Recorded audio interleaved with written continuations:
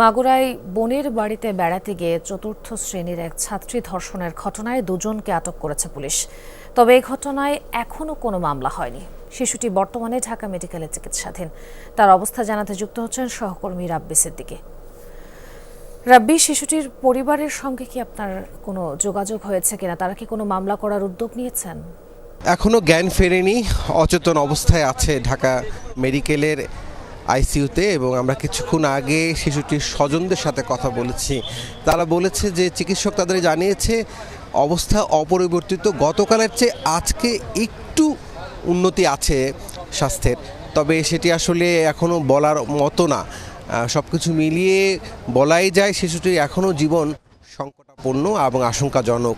শিশুটির স্বজনরা উদ্বেগ উৎকণ্ঠার মধ্যে আছেন এবং সেই সাথে মাগুরা শহরের এবং ঢাকায় যারা থাকেন তাদের পরিচিত ওই এলাকার তারাও এই খবরের পর ছুটে এসেছেন ঢাকা মেডিকেল কলেজ হাসপাতালের সামনে, যেহেতু খুব এই ঘটনাটি আলোচিত ঘটনা। এরই মধ্যে থানায় অভিযোগ দায়ের করেছে স্বজনরা।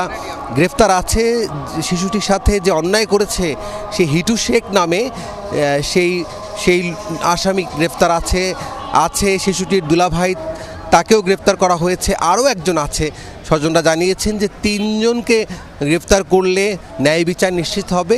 2 জন এরই মধ্যে গ্রেফতার আছেন এবং পুলিশ খুব আন্তরিক, তেমনটাই কিন্তু স্বজনরা জানিয়েছেন।